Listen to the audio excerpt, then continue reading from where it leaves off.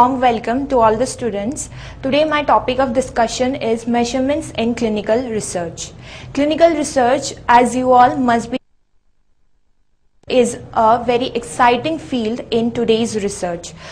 Before going very deep into measurements, I would like to take a few seconds telling about what a clinical research is.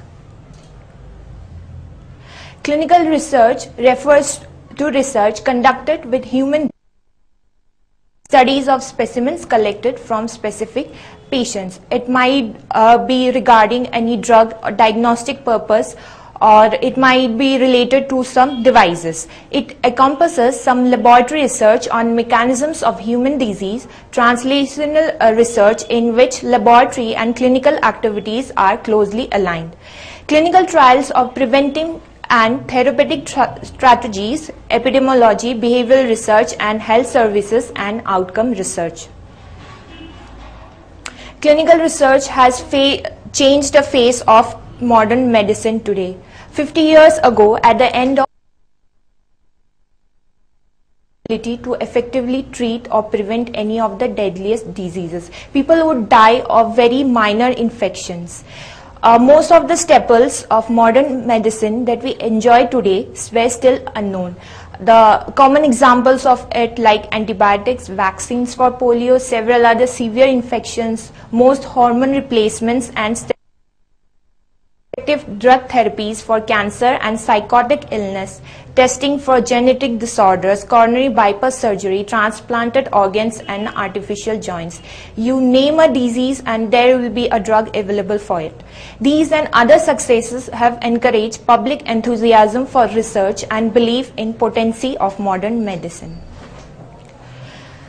Now, as we have been throwing so much of light into the importance of measurements, the first term that comes to our mind is clinometrics. Now, what is a clinometric? It is defined as a methodologic discipline that focuses on the quality of clinical measurements, for example, diagnostic characteristics and disease outcomes. Different clinometric properties such as reproducibility and responsiveness are important in both development and evaluation of measurement instruments. This presentation presents a number of current challenges in clinometrics.